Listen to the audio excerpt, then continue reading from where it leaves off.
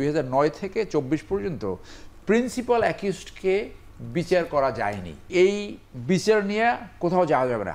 পৃথিবীতে যতগুলো war crimes tribunal হয়েছে, সেই রুয়ান্ডা, আপনার জাপান ট্রাইব্যুনাল, এরপরে জার্মানিতে যে ট্রাইব্যুনালগুলো হয়েছে, এই সমস্ত ট্রাইব্যুনালগুলোর থেকে আমাদের এই ট্রাইব্যুনালের দুইটা বেসিক ক্যারেক্টার ডিস্টিংগুইশড আইনের ভাষায়। সেটা হলো ওই ট্রাইব্যুনালগুলো হয়েছিল মানে ঘটনা ঘটার পরপরই, কিন্তু বাংলাদেশে এখানে বিচার শুরু হয়েছিল আফটার 40 ইয়ার্স।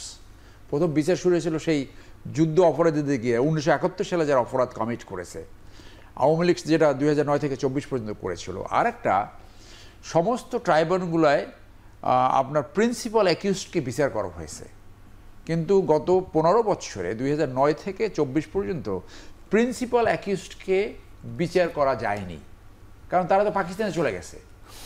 সো এইটা একটা পার্থক্য এখানে ছিল। এখন এইখানে যে কন্ট্রোভার্সিটা হবে, যে বিষয় হতে পারে, যে সমালোচনা হবে, সেই সমালোচনাগুলো হবে এইখানে যে 4-5টা বড় ধরনের লিমিটেশন এখানে রয়েছে। ফার্স্ট অফ অল, যেটা তামিম বললো না যে এটা এই বিচার নিয়ে কোথাও যাওয়া যাবে না, হাইকোর্টে যাওয়া যাবে না, এইটাই যে আর্টিকেল 7 অফ দ্য কনস্টিটিউশন বলছে অন্য যে কোনো আইন, আর্টিকেল 7 কিন্তু একটা মানে প্রেসিডেন্স শুরুর দিকে আইনে, আবার কিন্তু এইটা একটা ইন্টারপ্রিটেশন যে সেকশনগুলো থাকে, যে আর্টিকেলগুলো থাকে, যেগুলো সিরিয়ালি টপে, that has a priority over the downwards articles. এটাও কিন্তু একটা আইনি ব্যাখ্যা। তাহলে আর্টিকেল 7 বলেছে যে সংবিধান হলো সর্বোচ্চ আইন, এই আইনের সাথে কন্ট্রাডিক্টরি এনি আইন অর পার্ট অফ দ্য আইন, মানে আইনের অংশ, ডাইরেক্ট শ্যাল বি ভয়েড, বাতিল হয়ে যাবে। আর আর্টিকেল 26 বলছে যে পার্ট 3-তে যে ফান্ডামেন্টাল রাইটসগুলো আছে, সেই রাইটের কন্ট্রাডিক্টরি যদি কোনো আইন প্রণয়ন করা হয়, সেই আইন অথবা সেই আইনের অংশ ডাইরেক্ট শ্যাল বি ভয়েড। আর 47 হলো একটা লোয়ার একটা আর্টিকেলস। সো এই 47 লফুল কিনা এইটা কিন্তু এখন পর্যন্ত চ্যালেঞ্জড হয় নাই। একটু থামাই তামিম ভাই, আপনি একটু আগে বলেছেন যে সংবিধানও এখানে ভয়েড হয়ে যাবে আন্তর্জাতিক অপরাধ ট্রাইব্যুনাল আইনের বিষয়। উনি সেটাই বলছেন যে 47-এই এটা বলা আছে, যে সেইটাতে আবার একটু বলছিলেন যে একটু লোয়ারের কথা আসছিলেন। একটা আইনের ধারা প্রথমে কি আছে আর শেষে কি আছে এটা তো আমাদের সাবজেক্ট না, সাবজেক্ট হলো ওই আইনের মধ্যেই, সংবিধানের মধ্যেই বলে দিয়েছে যে এই সংবিধানের অন্যান্য ধারায় যাহাই থাকুক না কেন, এইভাবে বলেছে। কিন্তু 47-এ এসে বলছে যে এই সংবিধানের অন্যান্য আইনে যাহাই থাকুক না কেন, অন্যান্য ধারায় যাহাই থাকুক না কেন, এই আন্তর্জাতিক অপরাধ ট্রাইব্যুনাল আইন অর্থাৎ মানবতা বিরোধী অপরাধের বিচারের জন্য প্রণীত কোনো আইন যদি সংবিধানের সাথেও সাংঘর্ষিক হয়, এই আইন প্রিভেইল করবে, সংবিধান তখন সাইলেন্ট হয়ে যাবে। জি সরোজ ভাই, আপনি একমত?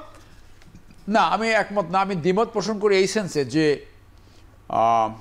এই যে আইনটা যখন অ্যামেন্ডমেন্ট করা হয়েছিল, এটা যথাযথভাবে টেস্টেড হয়নি। এইটা একটা পারপাসে করেছিল, এবং এইটা এই ইন্ডিয়ার পরামর্শে এই ধরনের আইন করেছিল একটা কন্ট্রোভার্সি আনার জন্য। দ্বিমত করার সুযোগ আছে। উনি যেটা বলছিল যে ওইটা যদি যতক্ষণ পর্যন্ত ক্যান্সেল না হবে, আমি বলছি যে এইটা চ্যালেঞ্জ হয় নাই। এবং এই আইনটা প্রয়োগ হলো কখন?